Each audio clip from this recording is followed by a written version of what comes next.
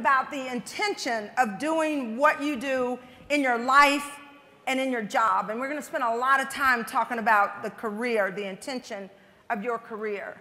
And we have two phenomenal women with us today. And I'm going to take a minute to introduce them. Let me first mind my manners. My mother said people don't know who you are, so just tell them. My name is Pam Eel. I have been to this summit for at least 12 of the 14 years. That's why I know that it's amazing, and y'all are really going to enjoy it. I am the former CMO of the National Basketball Association.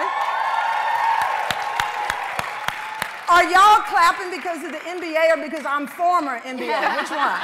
But anyway, I recently retired, and I'm telling you, that's the best job to have.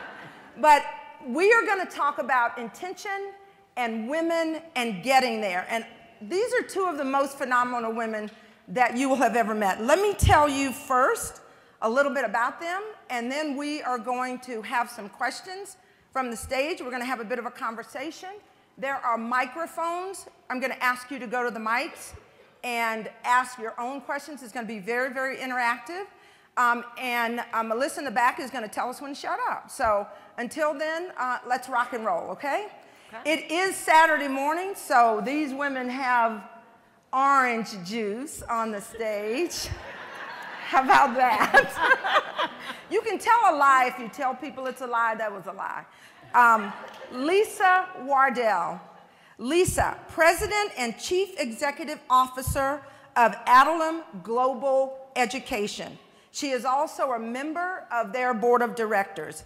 Lisa is the only African-American female CMO in the S&P 400 and the S&P 500 indices. Check that out. If you're not feeling inadequate already, let me tell you what else you need to know about Lisa. She has a bachelor's degree from Vassar College, a law degree from Stanford, a master's degree in finance and entrepreneurial management from the Wharton School of Business at the University of Pennsylvania. And she's a member of the board of directors of Lowe's. Lisa, welcome. And have a drink of your orange juice, girl. You deserve it. Let me also introduce you to Tracy Travis. Tracy is Executive Vice President of Finance and Chief Financial Officer of the Estee Lauder Companies. Tracy is responsible for global finance accounting, investor relations, information technology and strategy, and new business development. She was previously the CFO of Ralph Lauren. She was also the CFO of the Limited Brands in Columbus, Ohio. She serves on the board of directors of Accenture. She also has a Bachelor of Science in Industrial Engineering from the University of Pittsburgh and an MBA in Finance and Operations Management from Columbia University. Dang, y'all. Here's the thing you need to know about these two ladies that's absolutely phenomenal. Lisa flew in yesterday morning from Brazil, and Tracy flew in last night, a 21-hour flight from India to be with y'all. Let's give it up for these ladies. Good morning, y'all. Good morning. Let's start this conversation, and I know the two of you are going to jump in. You know each other. You have this great chemistry. But Tracy, let me start with you. You work for Estee Lauder, actually the #1 prestigious beauty company in the world. Here's my first question. Do you get free makeup? Oh. And do you have something for us? Well, first of all, the answer to that is yes. You all should have gotten a free Ruby Woo lipstick, MAC, in your bag. I have to tell you that that is one of our best-selling lipsticks. We sell 6 lipsticks, Ruby Woo lipsticks, every minute globally. Wow. So it's a hot ticket.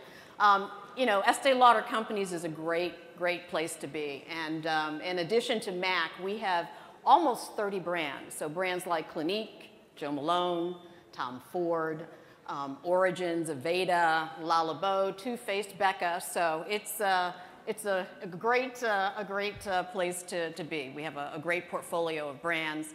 A lot of you are probably familiar with Estee Lauder and Clinique and gift with purchase. So when you ask, you know, do we give free product? It's been the history of the company actually to sample our product because we know with the quality of our product, once you sample and try, you will buy. Awesome. So, Tracy, let me ask you this. You have a very non-traditional career path.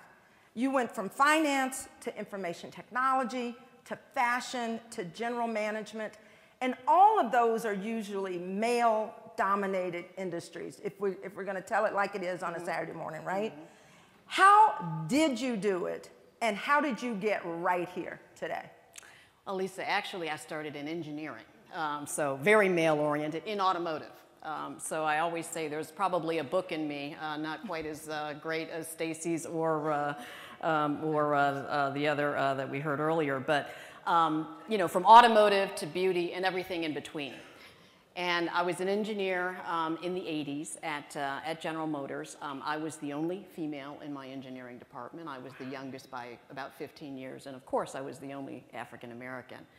And it was a great experience. So I did that for about 5 years and then left and went to Pepsi, where I spent 10 years. Yes, Pepsi. 6 years in finance and strategy, and then 4 years as a general manager. And I always say that, you know, one of the pivotal roles that I've had in my career was actually transitioning out of finance and strategy for a period of time and doing a general manager role. It was the general manager of a bottling operation in, you know, in the middle of Michigan. It was typically Michigan, yes. I spent 11 years, lived in Michigan 11 years and met my husband in Michigan. It was, at the time, there were 3 other female general managers. So I was the 4th. I was, you know, certainly the only one that came out of a finance background. So it was a high-risk position. And I always tell young ladies that, you know, take risks, take career risk, because, you know, the times that I have done it, don't be afraid to fail. The times that I have done it has been incredibly rewarding. This was a market unit that was underperforming.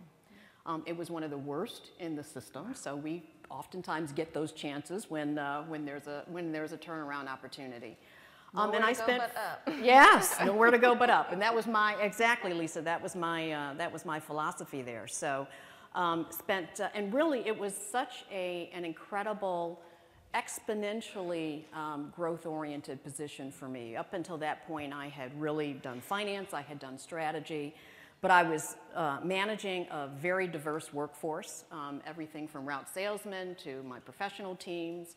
I was managing a sales team. I had never done that before. I was managing a P&L and never turned down an opportunity to manage a P&L. And again, we turned that market unit around in the 4 years that I was there. So I proved I could do it. It also gave me diversity from a career standpoint. So now I had finance, strategy, engineering, and general management. And that allowed me to take broader roles going forward. My next role was a CFO role where I also managed IT. And then I took another CFO role with IT and strategy and business development. And so I, you know, really learned an awful lot through my career.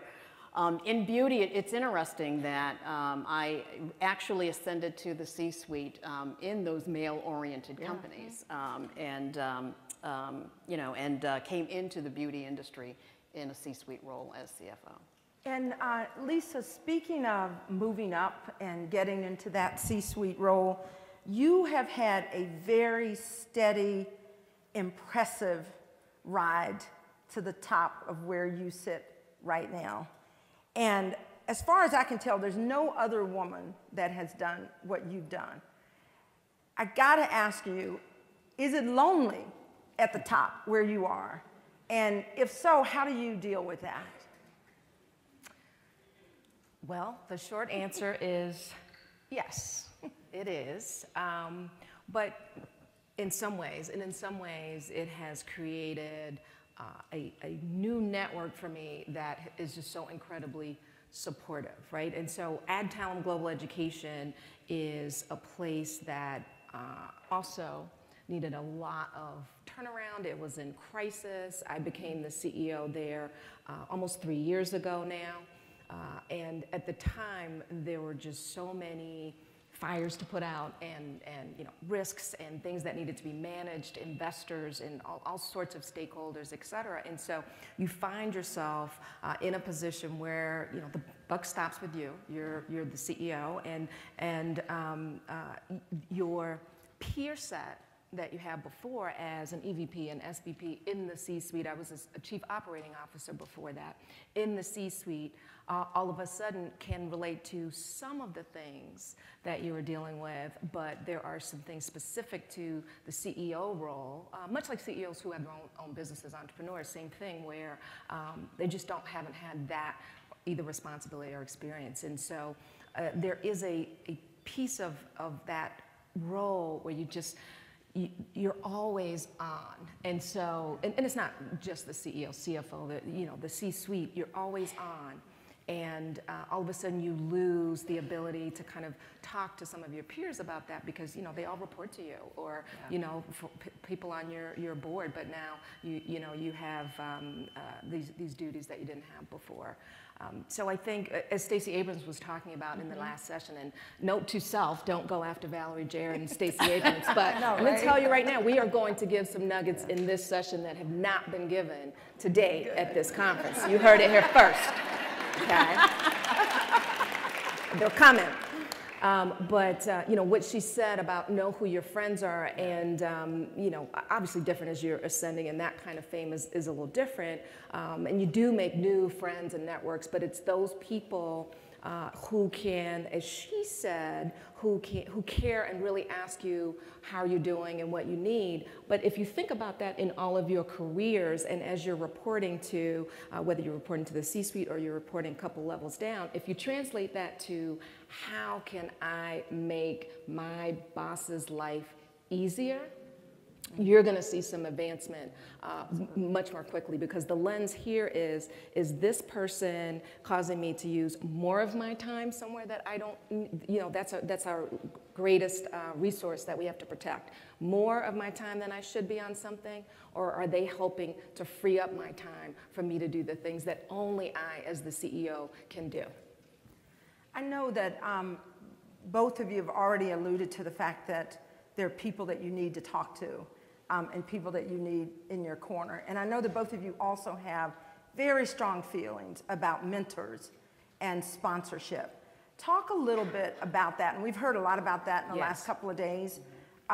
What kind of nuggets have you given to your mentees that you got from those who mentored you? And talk a little bit about those people who mentored you and how that's helped, both of you. Yeah. Well, I'll start. I mean, I've been fortunate and have talked a lot about mentors and sponsors and the role that they've played in my career. So, one of the first things I got from a mentor who actually ended up being a sponsor was, don't be afraid to fail. If you haven't failed at something, you're not going to get as far as you can unless you take risks in your career. And the real, the real thing to know and to be able to do is to have resilience. You learn as much from what you didn't do as well as you had expected as you do certainly from what you have done well. So that was one of the things I think that early on in my career I learned and heard and took to heart. In terms of sponsors and advocates, I was fortunate in my career to have people who saw me in action.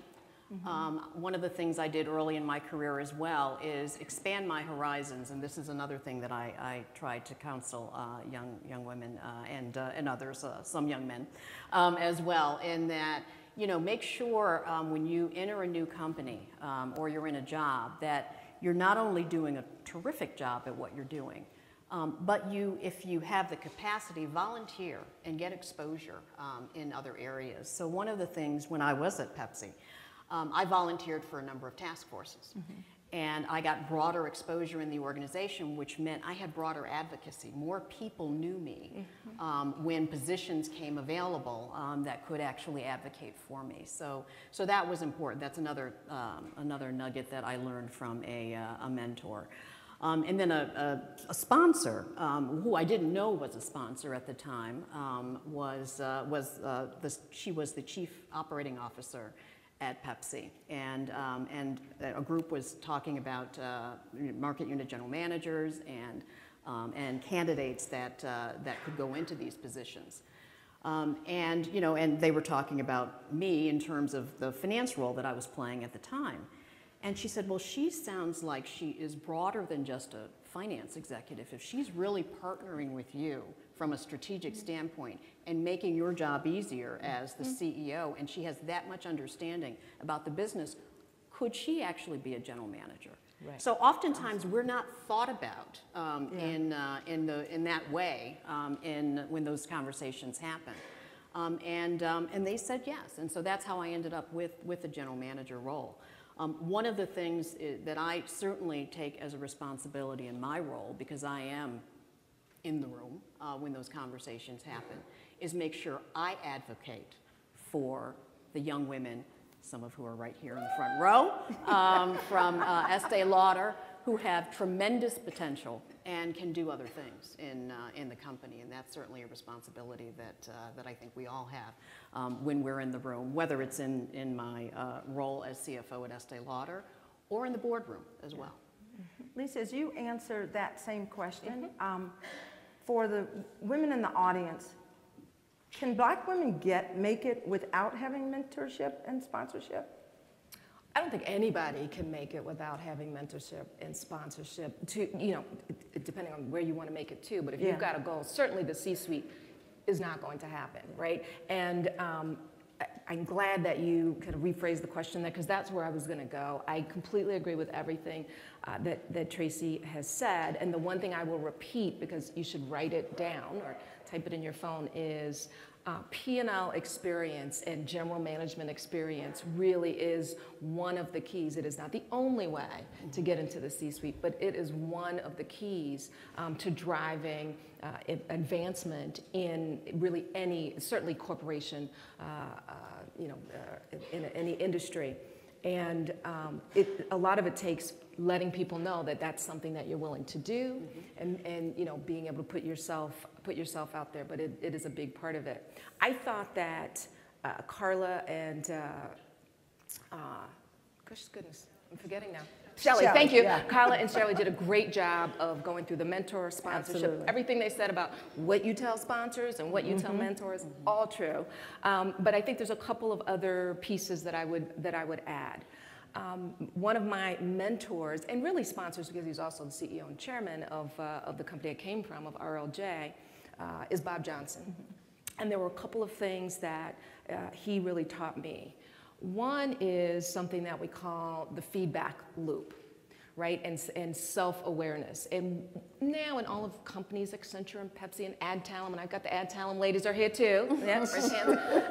All of these companies now, pretty much you're getting feedback. It's not once a year anymore. People really try to make sure that you are getting feedback on projects, on task force, and that other people know you in the organization. But it's what we do with that feedback and the lens that we view ourselves through that really matters in terms of, so people can be giving it to you as much as they want, but unless you can take it and say, what am I going to do differently about this? It's not okay to say, oh yes, I can, I have this characteristic that people are telling you about it because they need it to change, right? Or they need you to at least be aware and be able to make that weakness into a strength, right? So that's the first. And then secondly, in terms of how people look at you or talk about you when you are not in the room, there are these skills, P&L, there's financial or engineering, whatever your particular skill set may be. But at a certain level, the sort of equation shifts. It's absolutely true of board experience. So I will look to see if you agree with this, to relationship, soft skills, negotiation. Can you make people feel comfortable in a room? In a boardroom, it may be lots of older white males who don't have a lot in common with you. That's changing, but you're not going to be walking into corporate boards where, you know, there's one or two of them and everyone else is diverse for quite some time, other than one or two we heard about Best Buy yesterday from Rochelle. So you have to think about the feedback and how you present and how you show up in a room. The skill set, the P&L, all of those things are table stakes. And so I think that's a key message I would want to get across, because everybody here, the good news about that is everybody can work on that and you know, advance in those areas. Yeah, no, I couldn't agree more. You know, one of the things that, you know, in terms of feedback that I would say that I've done throughout my career, I never wanted to be ruled out. So, you know, oftentimes, you know, unfortunately, people will look at you in terms of what you can't do. And so, you know, when you're in a role, whether it's the soft skills or whether it's the technical skills, you know, whether I was at, you know, General Motors, I, you know, made sure that I understood more broadly than just my role, I understood the car industry. So I could talk, even though I was, you know, a very junior person in the organization, I could talk strategically about the company and the industry. And I did that throughout my career, so that, you know, from a perception standpoint, you know, when higher level roles came you know, up, you know, I was able to, and I was viewed in that way because I spent the time and invested the time in really understanding more broadly than just my role. But the soft skills and the interpersonal skills are something that, you know, if you do have a good mentor and a good circle of friends that you rely on, can help you a lot. You know, I think, you know, Stacy and Valerie talked about that a bit this morning. So you want people in your circle that really care about you and that will tell you when you're doing something well and you're right, but as importantly, tell you when you're wrong and you need to change something. And I've been fortunate to have those people in my life. And, you know, as Stacy said, you know, those are people that have been in my life for decades. Some actually newer in my life. Yeah. I have to say that the sisterhood that is here and the sisterhood that I've felt throughout my career, where we have helped each other, has been terrific. And that's something that's incredibly important as well. So everybody in this room, it doesn't matter where you're at in your career, you can be a mentor to someone. And certainly if you're in a management position, you can be a sponsor of someone. Great. I just want to pick up on one thing you said, which is, you know, when you're right and when you're wrong. And I just want to make a point that there's also a lot of times when you are absolutely right and it doesn't matter, right? You either I can't tell you how many times I've apologized for something that was not in any way my fault, but you know, you have to lead with how you got to get people to problem solve. How are we going to fix this? And I don't mean doing that in any way that takes away from your authentic self or your values and morals. I don't mean that. But you know, a lot of times I will talk to usually women, but sometimes men, but folks earlier on in their career, and they're talking about someone in their department, you know, and it's so hard to work with that person, and or it could be more than one person, and you know, it's just so difficult, and what they're doing. And I said, you know, at the end of the day, all of that, let's say it's 100% true and correct. One, you are wasting your time, energy, and resources thinking about it. And two, the number of people who are, you know, generation annoying as you ascend your career just increase, right? They don't have to even work with you. They could be your investors. They could be, you know, that's not going to change. So what you want to change is how you respond and internalize or not internalize that. And you know, I think if we really spent more time thinking about that as a complex problem to solve versus whether I'm right or wrong, I think that would go a long way. Well, I am sure both of you ladies are going to get more questions on mentoring and sponsorship, and you're probably going to have 200 additional people at the end of this wanting you to mentor them. So just be ready for that. Steady as She Goes is really a nod to longevity. So Tracy, as the CFO, I know the work is hard. I know it probably never stops for you. How do you keep yourself literally from wearing out? Well, other than Starbucks, And a lot of it. and a lot of it, you know, as you indicated in your opening remarks, I just came in from India. It was 21 hours on a plane, you know, to get here. And, you know, and oftentimes, you know, with multiple responsibilities that you have, you know, certainly there's a lot to do, and you have to keep yourself energized. For me, I found it important, first of all, my team needs to be strong. And if I have a weak team, then I'm not going to have the energy I need to have, because I'm going to be spending time doing things that my team should be doing. So the first thing, and I'm fortunate now to have a strong team, so it allows me to do things like come here and do other things, do the board responsibilities that I have. The second thing that's important is having a support network. You know, I happen to have, you know, wonderful home life, wonderful family, and wonderful friends, and that's important as well to keep me energized. You know, my husband probably is tired, and we've been together for 30 years, of me coming home and you know, expounding on my day. But you know, that's a venting for me, and he is incredibly supportive, and you know, my friend network tells me when, yes, you know, understand, or, you know, well, maybe you should look at that a little bit differently, to your point, Lisa. So, so that's important as well. And then take time for yourself. I mean, whatever, you know, I have a regular subscription to get a massage. I get massages regularly. I get my nails done regularly. You know, I know when I have reached a point where I need to just breathe. And that's important as well, to know that breaking point for yourself, and to take the time for yourself to re-energize. So those are all things that I try to do. Lisa, talk about burnout. And talk about what you do in your spare time, because you have so much of it.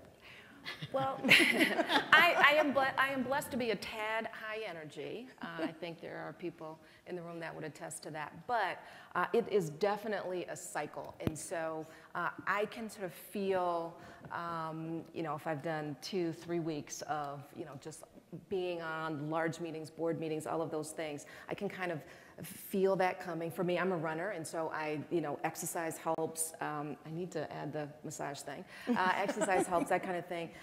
But when I do that, I literally actually did it on the plane here, probably because I was like, missing the weekend. So all for a good cause.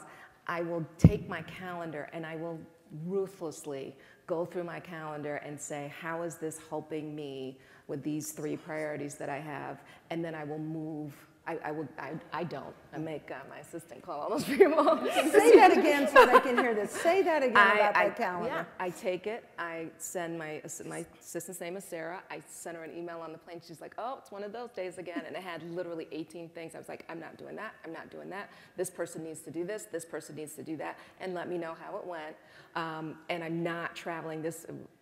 Trip to Cyprus. I was like, I can't go to New York, then Cyprus, then turn around and go wherever else I was going. And I will, and sometimes you can't do that. I have not yet called my board up and said, you know, this is not a good week for me. Or called Marvin Ellison at Lowe's and said, you know, yeah, I'm not coming down this week for the board meeting because I'm on that board. But it is a habit, and you can do it whether you have an assistant or not, right? I don't care what your job is. You can do it in your mind and yourself, and I wish that I had learned that before. When I took this role, my current audit chair, very experienced, and he was CFO for many, many years, and he said, you know, you are great at time management. Nobody can be in the CXO suite without understanding time management. He said, but what you need time discipline. And those 2 things are very, very different. Time management, we all know, we multitask with the best of them, you know? Yeah. Time discipline, completely different. That is when you say, yeah, I do have to have a housekeeper and someone to cook. Like I cannot be, I am super mom, but I'm in a cape flying around the house after Grace, not cooking, you know?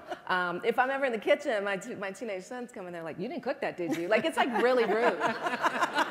Because my husband— Don't feel bad, my daughter said the same thing. Dad cooked that, right? Yeah, and I can cook, I'm just sharing this little I can cook 3 things. Spaghetti, fried chicken, and peach cobbler, that's it. All very good for you. What else do you need? What else? What else do you need? It's about, thank you. Great. So when I get home from a trip, I try to cook, but it's gotta be one of those 3 things, right? So I cook spaghetti, and my husband had cooked greens, kale and collards. He cooks really good greens. And my son Isaac comes in, he put a plate like this, right, 16 of the spaghetti. He takes the spoon, puts it in the kale, and he's like, oh my God, you didn't cook this, did you? I was like, no. He's like, oh, okay. You know, so that's the, you know, I have let that go. And that's okay, but time management, time discipline, ladies, if I had learned that in my 20s or my 30s, you know, I would have missed the moments. I want to pick up on that because, you know, one of the things I learned probably in the last 5 years or so is the discipline from a calendar standpoint. And it, you know, it can get a little crazy, but then you've got to ream it back. I have blocked time on my calendar. And so my office knows blocked time, do not schedule anything, you know, during blocked time, because I need it. I mean, otherwise you end up with all of your time spent in meetings during the day and bringing home work and working all night. And that's not healthy for you. It's not fair to your family. So block time is important. The other thing I try to do, at least, you know, every 3 weeks, is exactly what you talked about, Lisa, and that is go through my calendar and highlight, do I need to be at this meeting or can someone else be at that meeting for me? You know, what are the real, and what am I missing? And really try to reorient the calendar to be as productive as possible. And that becomes, you know, again, you talk about, you know, burnout and the things that are really important, but time management, I couldn't agree more, is really, really key, the time discipline that your audit committee chair told you about. I hope you could hear the nodding in the audience when y'all were talking about time. I think that's one of the biggest problems. But speaking of time, a couple of things. Get ready with your questions. If anyone has a question, come to the mic. There are 2 mics, one on each side, and as you're coming up, I want to ask this of both of you. It is also a time management question. Both of you have these amazing jobs, and then you sit on boards. And we heard Rochelle's panel talk yesterday about, there was a question for them about how do you manage both a big-time job and a board job? Why don't you talk about that and the discipline that it takes to do both of those? Yeah, I'll start, and I will first start by saying for me, first of all, I'm on my board, that's, you know, I don't get the same vote, let's just say that, so I don't count that, but I am on Lowe's Home Improvement, and it is critical for me to be on that board, because I have to continue to be able to think like the other side of the table. Rochelle talked a lot about the other side of the table, and so as you are thinking about, and I know a lot of people were talking about board service, I was in that session, make that a priority if you want to be in the C-suite or stay in the C-suite or wherever you are in your career, because that is how you learn management's responsibilities versus a board, and then also how people think about industries and change and that type of thing. And for me, you know, Lowe's gives me a window into scale that is larger than Adtalem. But first of all, it's scheduled. You understand what your responsibilities are. And so that goes with kind of the time management piece. And then I think too, it's about making sure that everyone has the expectations. So when you're in there, you can't email, you know, be doing your email from your day job kind of thing. Has your expectations that it's 2.5 days, and then you've got to put time before that on the Tuesday and on the Friday, so that you can kind of catch up with the things that you've missed. But once you get into that cycle, it's worth it. Yeah, no, I couldn't agree more. I've been on boards, public company boards for 15 years. and just recently joined the Accenture board. I was on the Campbell's Soup board, and actually my first board was Joanne Storrs. And I was on that board for 8 years. We ended up taking the company private, but all of those experiences, to be on the other side of the table, to understand what governance is. I mean, one of the important things to understand when you're on a public company board is the difference between management and board and governance. And sometimes you have to lean in if the company is more challenged, but most of the time you have to lean out and make sure that management is doing what they should be doing, and the company is doing what they need to be doing from an investor perspective. So it is a time commitment, and you have to make sure that it doesn't conflict with our board meetings, and so there's the calendar management as it relates to that in terms of being able to accept a board position. It is an investment in time. I tell anyone, I was, my first board was a $1.5 billion company. Accenture is a $50 billion company. And so it's a time investment to make sure that you invest in reading the materials, you invest in making sure you ask the right questions, and even between board meetings, make sure that you have some connection to know what's happening and what's going on in the company. But it's an incredibly rewarding experience. I have to say that the camaraderie that I've found has been one of the really pleasurable experiences of being a board member. You are, you're in a situation where you're able to develop a lot of great, great partnerships with your other board members if you're fortunate to have the kind of board experience that I've had. I'm also on the Columbia Business School board, which is, educational boards are a bit different, certainly than, and I think this was talked about yesterday as well. One is you get paid, the other is you pay to be on the board. Key distinction. Yes, so that, that one is, that was a very good and true statement. But, I've been on not-for-profit boards that I have, had to contribute to. Lincoln Center Theater is another one. I love the theater. And I love the artistic process. And so that is the reason why I'm on that board. And for Columbia, again, I love the educational process. Certainly Columbia was instrumental, I think, in my career. And I've also recently endowed a scholarship to support financial aid for women of color to be accepted to Columbia. All right, we got quite the line. So we have a lot of interesting questions. We're going to try to get to as many as possible. Please try to keep your questions as questions. No appointments. And brief. Let's start over here. Good afternoon. My name is Patricia. I'm from New York City. Hi, Patricia. This New York. is yes, Brooklyn girl. All This right. is my first time Yes. here. I appreciate everyone, the people on stage and everyone that I've met so far. I'm here by myself. In 5 days, 12 hours, 9 seconds, I will be the first Chief Human Resources Officer at my organization. Thank you. I got the countdown. Congratulations. Waiting for that salary change. My question to you is, I know what to do in my profession, and I have mentees. I have mentors. No women of color. What do I need to do? So people may not necessarily like this answer.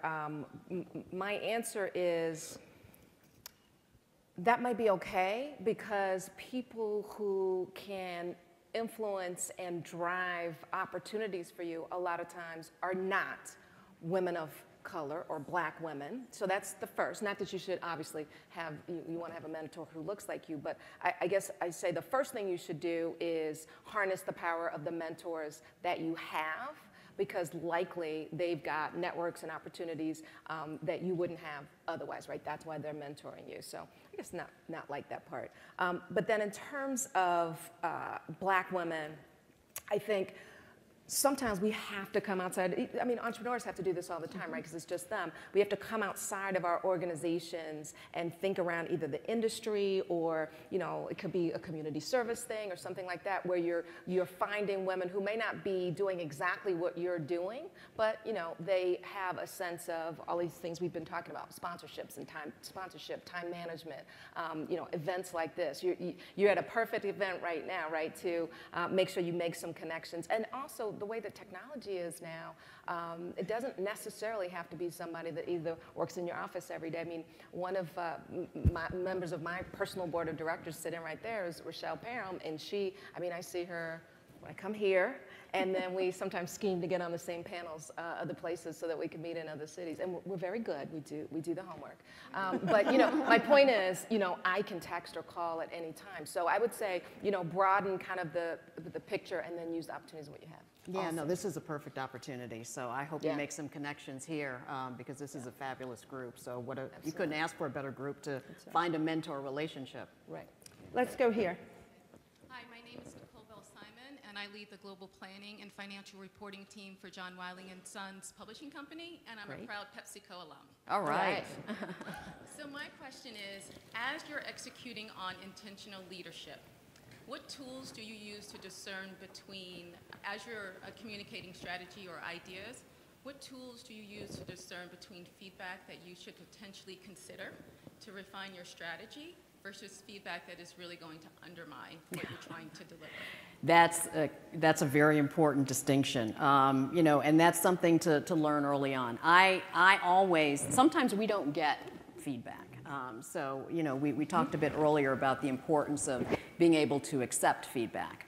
You know, one of the things that is also, you know, very damaging is if you don't get feedback at all. And so you actually want to get feedback. But then it is important to understand the difference between constructive feedback and not constructive feedback. And so I always took feedback. I always asked for it if I didn't get it. But then I always did some self-reflection. Okay, so what part of this do I own?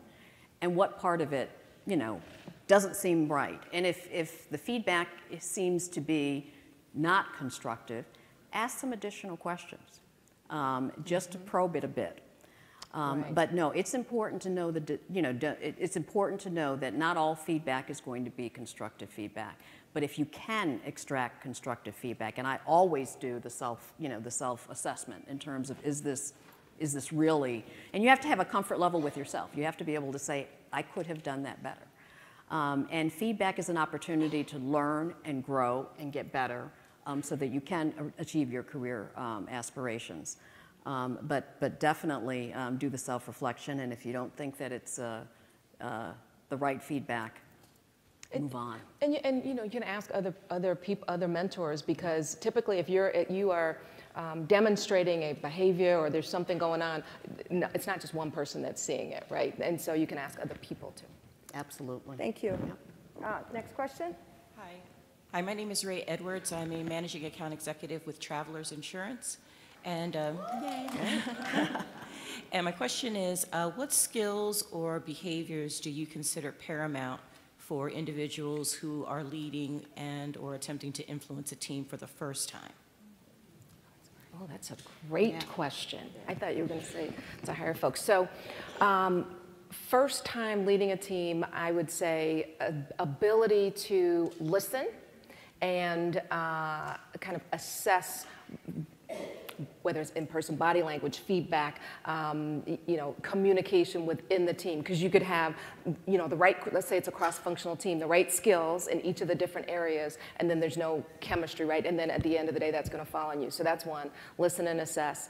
The second is ability to adapt your learning or your thinking quickly, so that, you know, the whole purpose of having this team for whatever you're trying to accomplish is to get different perspectives and things you might not have thought about. And so that team is watching you to see whether they're just the team to do the work because you brought them all together and you're going to tell them what to do, or whether you are going to participate and interact, sort of, for want of a better word, the servant leadership piece of how is she showing up, in this case she, to lead the team.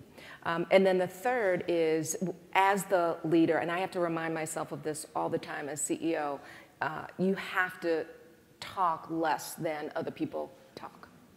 That's great. That's it. Yeah. No, I would agree with all of that. Really, one of the things that I learned when I was a first-time manager, I had a very diverse team. So I had, people that, were very, very skilled and highly, it was a finance team, so highly analytical, and I had people that were very more process-oriented. And making sure that you listen, you understand the strengths of your team, you try to put your team in a position where you're playing to their strengths, and that becomes critically important as well, and set the vision for the team. So one of the things that in the roles that I've had, in addition to first assessing the team, is making sure that the team was very clear on what objectives we were trying to achieve as a team. And that clarity becomes critically important in order to make sure that everyone has an opportunity to deliver the performance that you're expecting. Yeah. Thank you. So Melissa, we have time for a couple more. Okay. Hi everyone, my name is Yolande Morris and I work for Pfizer.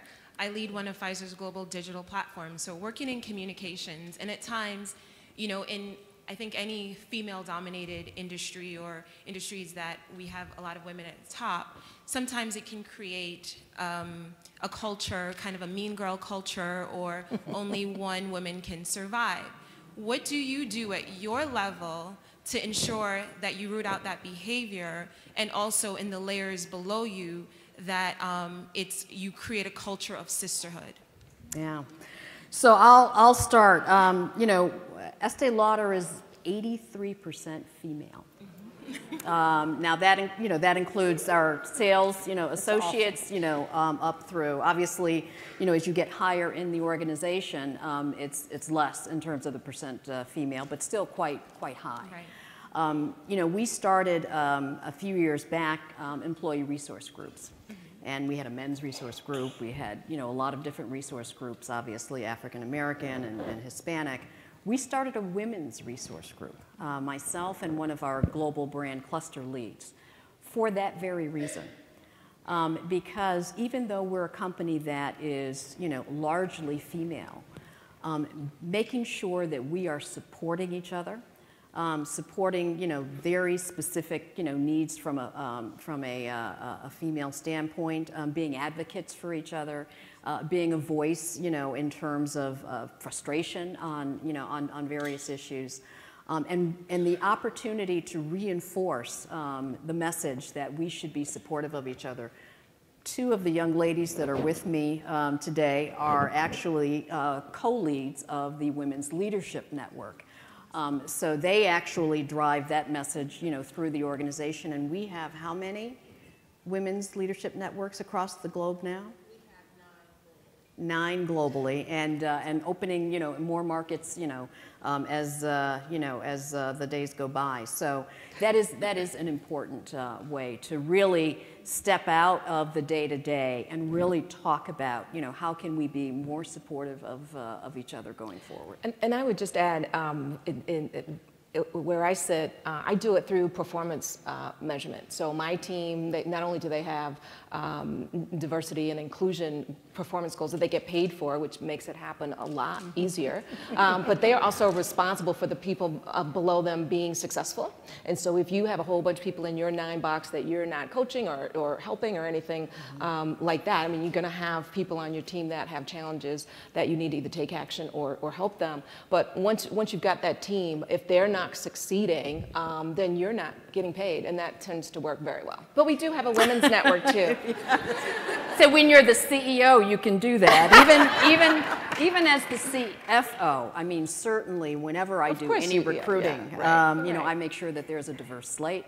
I challenge my team in terms of their recruiting as well, because one of the things, that particularly as you think about getting to the C-suite, we have a pipeline issue. And you know, when I look at, I want to make sure that when I, you know, retire from this position, that there's somebody diverse behind me that can have the opportunity to take the position. That means that we have to have a pipeline throughout the organization in order to make sure that oftentimes what ends up happening in the C-suite is that if one of us leaves, we're often replaced by, you know, We go back to the start. go back to the beginning. So yeah. One last question over here, and then we're going to give you guys some time to do closing remarks, okay? Good morning, ladies. Thank you. Danielle Hardy, Marketing Project Manager for Zappos.com. I just wanted to know, so this morning, Stacey Abrams emphasized the importance of communicating those ultimate goals. So for those of us early in our careers with C-suite goals, how do you suggest that we communicate that to our companies and our managers without, one, coming off as hasty, and two, devaluing the current and future roles that have to happen in between? Great question. So first I would say what she was also talking about, and I don't have a spreadsheet, but she was also talking about communicating those to yourself, right? And so I have always, every year, and sometimes they're hysterical when you go back and read them, every year I have my short-term, my medium-term, and my long-term goals, and they're just in Word because, you know, I didn't put them in a spreadsheet, but, you know, I go back and look at them, same thing across business and personal. Once you know that that's where you want to be, if you are going to communicate that to anyone, you better know the why, right? So if you come to me and you say, I want to be a CEO, my first question is going to be, oh, great, why? And so if you can't answer that, you want to take time to make sure that you can. In terms of how you communicate across your career path, one of the things being in the C-suite is that you really can identify people who have leadership potential because they're asking the kinds of things that you're asking. So rather than going to somebody, especially if it's several steps up, you want to use that sponsorship or mentorship conversation to say, hey, and a little flattery helps too sometimes, I think. Hey, I see what you're doing, and can you tell me how you got there? What were the exact roles, you know, the P&L, the managing? Do you see those types of opportunities in this organization? Because as I think about, you know, what I want my career to look like, you know, a lot of the things that you are doing are a part of that. Could you help me with that? I know when someone says that to me, right, that what they're saying is, you know, I want to be in that seat, right? If it's somebody who is on my team, first of all, if they're on my team, I have identified whether, you know, they can sit in this seat or not, or some other seat, and they're there. But if, let's say, someone that works directly for my team, so they're SVPs, et cetera, I got a good sense, right, of how they fit in the organization. And at that point, then, yes, you're coming and saying, look, some people do not have aspirations. They really don't want to move from the role that they're in. At that point, I would expect those folks. And in fact, I do skip level meetings, and I ask every single time, where do you want to be 5 years from now? And I expect that person to be able to answer. And I always say, whether it's here at Adtalem Global Education or somewhere else. Lisa said it well. The only thing I would add is understand, you know, the C-suite and the backgrounds of the C-suite. So understand what their skill sets are, because that will give you some indication, perhaps, of what the CEO values as important in a C-suite leader. The other thing is you need some, you know, and then ask, obviously, your manager, what are the, you know, this is my aspiration. What are the skills that I need to develop, whether it's more analytical skills, more strategic skills, whatever the case may be. The third is you will need, because the people in the C-suite obviously are chosen by the CEO, so you'll need some connection and some exposure to the CEO as well. And those things, will certainly be helpful in terms of having an opportunity. Yeah. Ladies, there has been so much learning out of this week for everybody in this audience, and particularly for the ones who are here for the first time. But as each of these ladies leave and think about their own steady-as-you-go journey, what is the one thing that you would want them to take away from this conference? You belong in the room.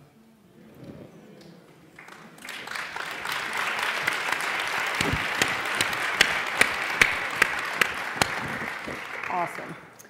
Well, it's hard to